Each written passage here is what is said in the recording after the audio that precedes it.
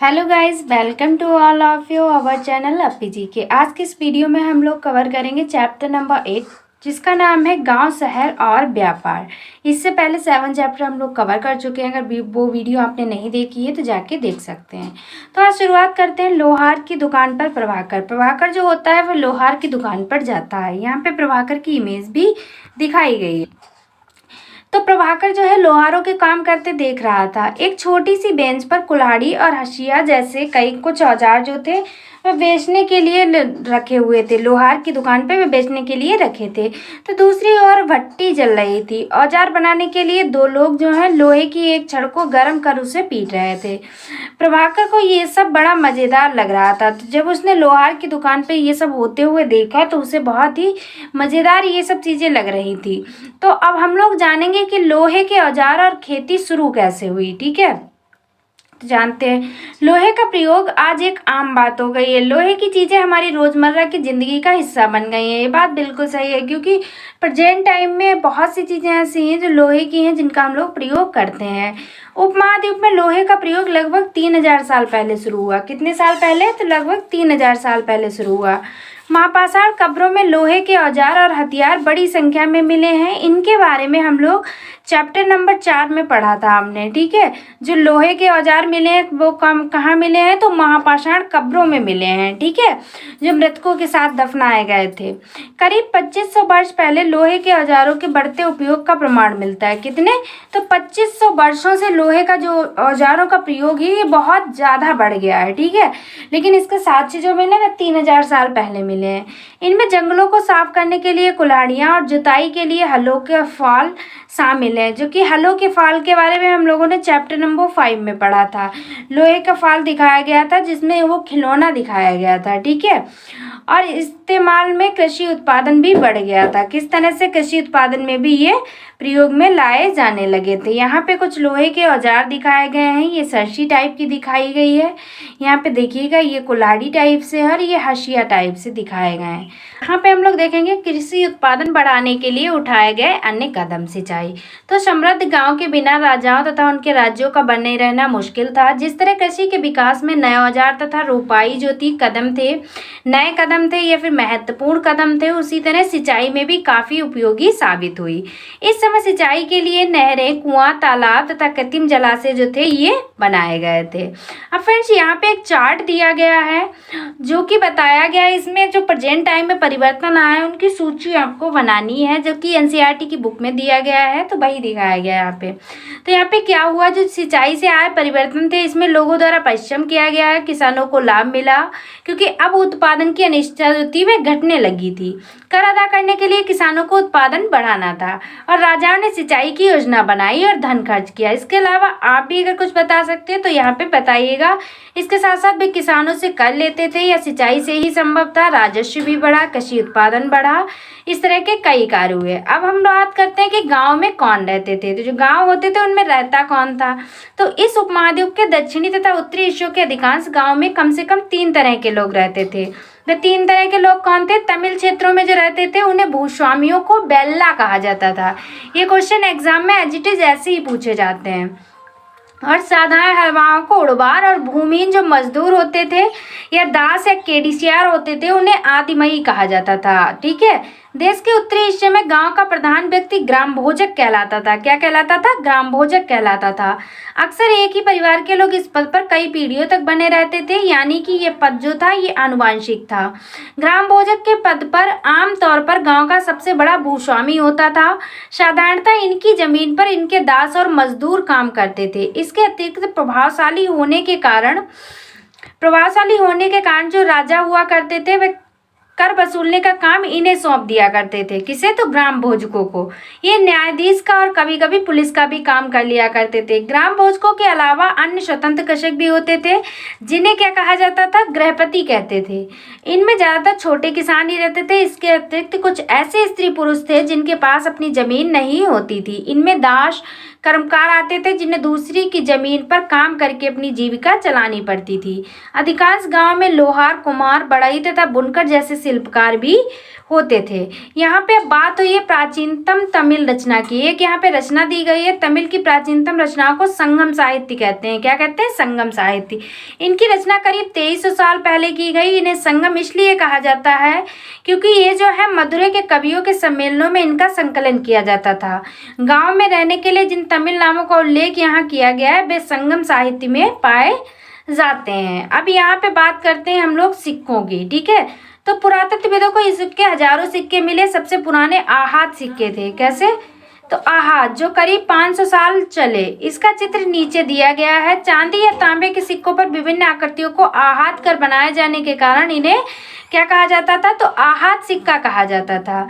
अब इमेज में देख सकते हैं इस तरह के होते थे ये आहत सिक्के। ठीक है, आहत सिक्के जो हैं ये सामान्यतः आयताकार और कभी कभी वर्गाकार या गोलाकार होते थे। ये या तो धातु की चादर को काटकर या फिर धातु के चपटे गोलिकाओं से बनाए जाते थे। इन सिक्कों पर कुछ लिखा हुआ नहीं था। ठीक है, इन पर लिखा हुआ नहीं होता था बल्कि इन पर कुछ चिन्ह ठप्पे से बनाए जाते थे, इसलिए इन्हें आहत सिक्के कहलाए। ये सिक्के उपमहाद्वीप के लगभग अधिकांश हिस्सों में पाए गए और ईसा की आरंभिक सदियों तक इनमें प्रचलन रहा था। ठीक है, अब हम लोग क्या पढ़ेंगे? अब हम लोग यहाँ पे देखेंगे कि नगर अनेक गतिविधियों के केंद्र थे। नगर जो थे वे अनेक गतिविधियों के केंद्र थे। तो इनमें से प्रसिद्ध नगर है जो महत्वपूर्ण माना जाता है वह है मथुरा। तो मथुरा के बारे में अब हम लोग यहाँ पे पढ़ेंगे। ठीक है, तो देखिएगा मथुरा नगर जो है ये 2500 साल से भी ज़्यादा समय से एक महत्वपूर्ण नगर रहा क्योंकि ये आयात और व्यापार के दो मुख्य रास्तों पर स्थित था। इनमें से एक रास्ता उत्तर पश्चिम की पूरब की ओर, दूसरा उत्तर से दक्षिण की ओर जाने वाला था। शहर के चारों ओर किलेबंदी थी। इनमें से अनेक मंदिर थे। आसपास के किसान तथा पशुपालक शहर में रहने वालों के लिए भोजन जुटाते थे। मथुरा बेहतरीन मूर्तियां बनाने का केंद्र था। मथुरा जो था ये बेहतरीन मूर्तियां बनाने का केंद्र था।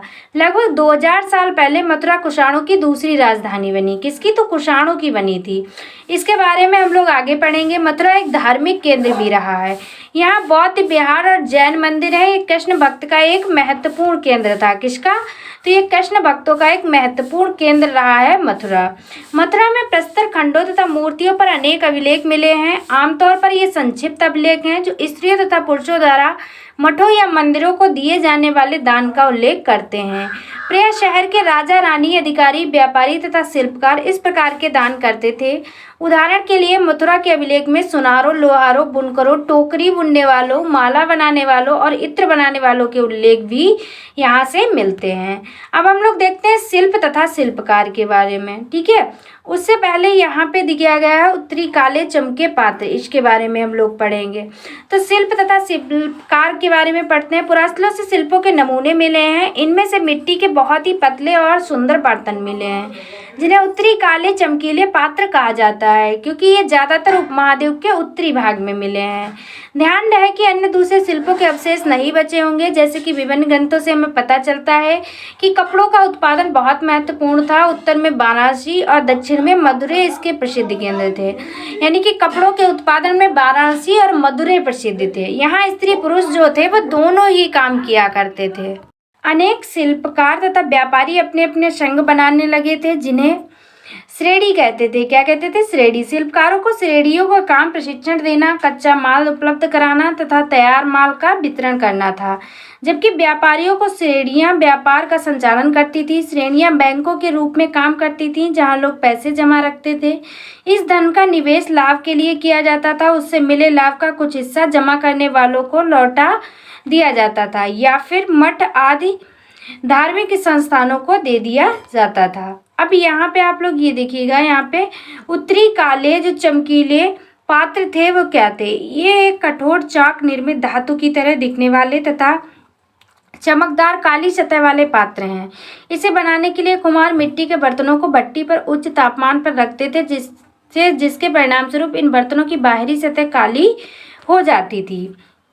इन पर एक पतली काली लेप भी लगाई जाती थी जो इस बर्तन को शीशे जैसी चमक प्रदान करती थी। अब यहाँ पे आप देखिएगा, यहाँ पे दिखाए गए सूक्ष्म निरीक्षण आरिकामेडु का, जो कि आरिकामेडु के बारे में हम लोगों ने मानचित्र में भी देखा था और जब एटलस दिखाया था आपको वहाँ पे भी दिखाया था।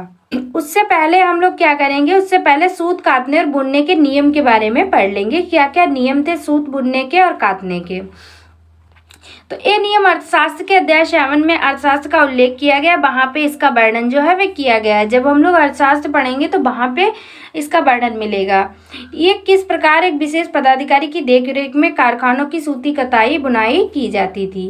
ऊन, पेड़ की छाल, कपास, पटुआ तथा शंख तैयार करने के काम में विधवाओं, सक्षम अक्षम महिलाओं, भिक्षुणियों, वृद्धा, वेश्याओं, राजा की अवकाश प्राप्त दासियों, सेवकाओं और अवकाश प्राप्त देवदासियों से लगाया जाता था। इन्हें जो है इनके काम के गुणवत्ता के अनुसार पारिश्रमिक देना चाहिए। जिन महिलाओं को बाहर निकलने की अनुमति नहीं है वे अपनी दासियों को भेजकर कच्चे माल को मंगवा सकती हैं और फिर तैयार कर माल उन्हें भिजवा सकती हैं। वे औरतें जो कारखाने तक जा सकती हैं उन्हें अपना माल कारखाने तक तड़के ले जाना पड़ता था, जहां उन्हें पारिश्रमिक मिलता था। इस समय माल को अच्छी तरह जांचने के लिए रोशनी रहती है। अगर निरीक्षक उस औरत की तरफ देखता है या इधर उधर की बातें करता है तो उसे सजा मिलनी चाहिए। अगर औरत ने अपना काम पूरा नहीं किया तो उसे जुर्माना देना होगा। इसके लिए उसका अंगूठा भी काटा जा सकता है। तो इस तरह के प्रावधान थे काहे के लिए, तो सूत काटने और बुनाई के लिए। अब हम लोग यहाँ पे एक चित्र दिया गया है जो कि मिट्टी के बर्तन दिखाए गए हैं। अभिलेखित मिट्टी के बर्तन, कई बर्तनों पर ब्राह्मी लिपि में अभिलेख मिले हैं। इस तरह के ब्राह्मी लिपि में अभिलेख भी मिले हैं। तमिल भाषा के लिए इसी लिपि का प्रयोग किया था, इसलिए इन्हें तमिल ब्राह्मी अभिलेख भी कहा जाता है। अब यहाँ पे देखिएगा आप लोग अरिकामेडु के बारे में पढ़ेंगे, ठीक है। अरिकामेडु जो कि पुडुचेरी में है, ठीक है। लगभग 2200 से 1900 साल पहले अरिकामेडु एक पतन था। यहाँ दूर दूर से आए जहाज़ों से सामान उतारे जाते थे। यहाँ ईंटों से बना एक ढांचा मिला है जो संभवतः गोदाम रहा हो। आपको हमने चित्र भी दिखाया था अरिकामेडु का। यहाँ भूमध्य सागरीय क्षेत्र के एम्फोरा जैसे पात्र मिले हैं। इसमें शराब या तेल जैसे तरल पदार्थ रखे जाते थे। इनमें दोनों तरफ से पकड़ने के लिए हत्थे जो हैं वे लगे हैं। साथ ही साथ यहाँ एरेटाइन जैसे मोहर लगे लाल चमकदार बर्तन भी मिले हैं। इन्हें इटली के एक शहर के नाम पर एरेटाइन पात्र के नाम से जाना जाता है। इसे मोहर लगे सांचे पर गीली चिकनी मिट्टी को दबाकर बनाया जाता था इस चित्र को, ठीक है। कुछ ऐसे बर्तन भी मिले हैं जिनका डिजाइन तो रोम का था किंतु वे यहीं बनाए जाते थे। यहाँ रोमन लैप शीशे के बर्तन तथा रत्न भी मिले हैं। कहाँ से, तो अरिकामेडु से। साथ ही छोटे छोटे कुंड मिले हैं जो संभवतः कपड़े की रंगाई पात्र रहे होंगे। यहाँ पर शीशे और अर्ध बहुमूल्य पत्थरों से मनके बनाने के भी प्राप्त साक्ष्य मिले हैं। आगे हम लोग देखते हैं कि व्यापार और व्यापारी। तो व्यापार और व्यापारी की शुरुआत कैसे हुई उसे हम लोग देखेंगे। यहाँ पे तुमने उत्तरी काले पॉलिश वाले बर्तनों के बारे में पढ़ा। ये खूबसूरत बर्तन, खास तौर पर इनकी कटोरियां तथा थालियां, इस उपमहाद्वीप के अनेक पुरास्थलों में मिले हैं। सवाल उठता है कि इन जगहों पर ये बर्तन कैसे होंगे, कैसे पहुंचे होंगे। ऐसा अनुमान लगाया जाता है कि जहां ये बनते थे वहां से व्यापारी ने ले जाकर अलग अलग जगहों पर बेचते थे। दक्षिण भारत सोना, मसाले, खासतौर पर काली मिर्च तथा कीमती पत्थरों के लिए प्रसिद्ध था। काली मिर्च की रोमन साम्राज्य में इतनी मांग थी कि इसे काले सोने के नाम से बुलाते थे। तो कहाँ, रोमन साम्राज्य में। व्यापारी इन सामानों को समुद्री जहाजों और सड़कों के रास्ते रोम पहुंचाते थे और दक्षिण भारत में ऐसे जो थे वे अनेक रोमन सोने के सिक्के मिले हैं। इससे ये अंदाजा लगाया जाता है कि उन दिनों रोम के साथ बहुत अच्छा व्यापार चल रहा था, तभी तो ये सिक्के मिले हैं। व्यापार से जुड़ी यहाँ पे कविता दी गई है, आप लोग देख सकते हैं। व्यापार के प्रमाण हमें संगम कविताओं में मिलते हैं। लिखी कविता में पूर्वी समुद्री तट पर स्थित पुहार पत्तन पर लाए जाने वाले माल का वर्णन मिलता है। तो देखिएगा कविता के माध्यम से क्या बताया गया। समुद्री जहाजों पर लगाया गया तेज तर्रार घोड़े, गाड़ियों पर काली मिर्च, गठरियाँ, हिमालय के मिले रत्न और सोना, दक्षिण की पहाड़ियों से चंदन की लकड़ियाँ, दक्षिण सागर के मोती और पूर्वी सागर के मूंगे, गंगा कावेरी की फसलें, श्रीलंका से आए खाद्यान्न, म्यांमार के बने मिट्टी के बर्तन और दुर्लभ कीमती आयात। इस तरह से ये चीज़ें जो है वह प्राप्त की जाती थी। आगे है कि व्यापारियों ने कई समुद्री रास्ते खोज निकाले। इनमें से कुछ समुद्र के किनारे चलते थे तो कुछ अरब सागर और बंगाल की खाड़ी पार करते थे। नाविक मानसूनी हवा का फायदा उठाकर अपनी यात्रा जल्दी पूरी कर लेते थे। वे अफ्रीका या अरब के पूर्वी तट से इस उपमहाद्वीप के पश्चिमी तट पर पहुंचना चाहते थे तो दक्षिणी पश्चिमी मानसून के साथ चलना पसंद करते थे। इन लंबी यात्राओं के लिए मजबूत जहाज़ों का निर्माण किया जाता था। आगे है समुद्री तटों से लगे राज्य। जो समुद्री तटों से लगे राज्य थे वो क्या थे? इस उपमहाद्वीप के दक्षिण भाग में बड़ा तटीय प्रदेश है। इनमें बहुत से पहाड़, पठार और नदी के मैदान हैं। नदियों के मैदानी इलाकों में कावेरी का मैदान सबसे उपजाऊ है। मैदानी इलाकों तथा तटीय इलाकों के सरदारों और राजाओं के पास धीरे धीरे काफी संपत्ति और शक्ति हो गई। संगम कविताओं में मुव्वेदार की चर्चा मिलती है। ये एक तमिल शब्द है। जो मुव्वेदार है कैसा शब्द है? तो तमिल शब्द है जिसका अर्थ तीन मुखिया है। इसका प्रयोग तीन शासक परिवारों के मुखियाओं के लिए किया गया है। ये तीन कौन थे? तो चोल, चेर और पांडव। ठीक है। करीब 2300 साल पहले दक्षिण भारत में काफी शक्तिशाली माने जाते थे चोल, चेर और पांडव। इन तीनों मुखियाओं को अपने अपने दो सत्ता केंद्र थे। इनमें से एक तटीय हिस्से में और दूसरा अंदरूनी हिस्से में था। इस तरह 6 केंद्रों में से 2 बहुत महत्वपूर्ण थे। एक चोलों का पतन फुहार या कावेरीपट्टनम, दूसरा पांडवों की राजधानी थी मदुरै। आगे देखते हैं। ये मुखिया लोग जो हैं ये नियमित कर के बजाय उपहारों की मांग करते थे। कभी कभी ये सैनिक अभियानों पर भी निकल पड़ते थे और आसपास के इलाकों से शुल्क वसूल कर लाते थे। इनमें से कुछ धन वे पास रख लेते थे, बाकी अपने समर्थकों, नाते रिश्तेदारों, सिपाहियों तथा कवियों के बीच बांट देते थे। अनेक संगम कविताओं ने उन मुखियाओं की प्रशंसा में कविताएं लिखी जो उन्हें कीमती जवाहरात, सोने, घोड़े, हाथी, रथ, सुंदर कपड़े दिया करते थे। इसके लगभग 200 वर्ष के बाद पश्चिम भारत में सातवाहन नामक राजवंश का प्रभाव बढ़ गया। किसका? तो सातवाहन राजवंश का। सातवाहन का सबसे प्रमुख राजा कौन था? तो गौतमी पुत्र श्री सतकर्णी था। कौन था? तो गौतमी पुत्र श्री सतकर्णी। उसके बारे में हमें उसकी माँ गौतमी वलश्री द्वारा दान किए गए एक अभिलेख से पता चलता है। वह और अन्य सभी सातवाहन शासक दक्षिणापथ के स्वामी कहे जाते थे। दक्षिणापथ का शाब्दिक अर्थ दक्षिण की ओर जाने वाला रास्ता होता है। पूरे दक्षिणी क्षेत्र के लिए भी यही नाम प्रचलित था। श्री सतकर्णी ने पूर्वी, पश्चिम तथा दक्षिणी तटों पर अपनी सेनाएं जो थी वह भेजी थी। आगे यहाँ पे लास्ट में हम लोग पढ़ लेते रेशम मार्ग और कुषाण। ठीक है। तो कुछ शासक इसके बड़े बड़े हिस्सों पर अपना नियंत्रण करना चाहते थे, क्योंकि इस रास्ते पर यात्रा कर रहे व्यापारियों से उन्हें कर, शुल्क तथा तोहफे के जरिए लाभ मिलता था। इसके बदले ये शासक इन व्यापारियों को अपने राज्य से गुजरते वक्त लुटेरों के आक्रमणों से भी सुरक्षा देते थे। सिल्क रूट का नियंत्रण रखने वाले शासकों में सबसे प्रसिद्ध कुषाण थे। करीब 2000 साल पहले मध्य एशिया तथा पश्चिमोत्तर भारत पर इनका शासन था। पेशावर और मथुरा इनके 2 मुख्य शक्तिशाली केंद्र थे। तक्षशिला भी इनके राज्य का हिस्सा था। इनके शासन काल में सिल्क रूट की एक शाखा मध्य एशिया से होकर सिंधु नदी के मुहाने के पत्तनों तक जाती थी। फिर यहाँ से जहाजों द्वारा रेशम पश्चिम की ओर रोमन साम्राज्य तक जो था वह पहुंचाया जाता था। तो ये जो चैप्टर था हमारा यहीं तक था। कुछ इंपॉर्टेंट तिथियां दी गई हैं जिनको आपको ध्यान में रखना है। तो वह तिथियां कौन कौन सी हैं? जैसे कि उपमहाद्वीप में लोहे के प्रयोग की शुरुआत कब मानी जाती है? तो लगभग 3000 साल पहले। लोहे के प्रयोग में बढ़ोतरी, नगर और आहत सिक्के का प्रयोग कब हुआ? तो ये हुआ है 2500 साल पहले। इसके साथ साथ संगम साहित्य की रचना की शुरुआत हुई है 2300 साल पहले। और जो अरिका मेरु का पतन है ये करीब 2200 से 1900 साल पहले। रेशम बनाने की कला की जो खोज की गई है ये 7000 साल पहले की गई है। और जो चोल, चेर तथा पांडव हुए ये लगभग 2300 साल पूर्व। रोमन साम्राज्य में रेशम की बढ़ती मांग की शुरुआत हुई है 2000 साल पहले। और जो कुषाण शासक हुआ कनिष्क ये लगभग 1900 साल पहले। और फाहियान का भारत आगमन लगभग 1600 साल पहले हुआ। और हुएनसांग की भारत यात्रा पार की शिव स्तुति से हमें मिलती है। इसकी रचना जो है लगभग 1400 साल पहले हुई। तो ये सभी इम्पॉर्टेंट जितनी भी तिथियां हैं आपको याद रखनी है। तो आज की वीडियो में बस इतना ही। अगर आपको वीडियो पसंद आई है, अगर आपको स्पेशली हमारी मेहनत पसंद आई है तो प्लीज़ चैनल को सब्सक्राइब करके वीडियो को शेयर कर दीजिएगा। तो थैंक्स फॉर वॉचिंग। मिलते हैं नेक्स्ट वीडियो में। Take care of everyone. तब तक के लिए बाय बाय।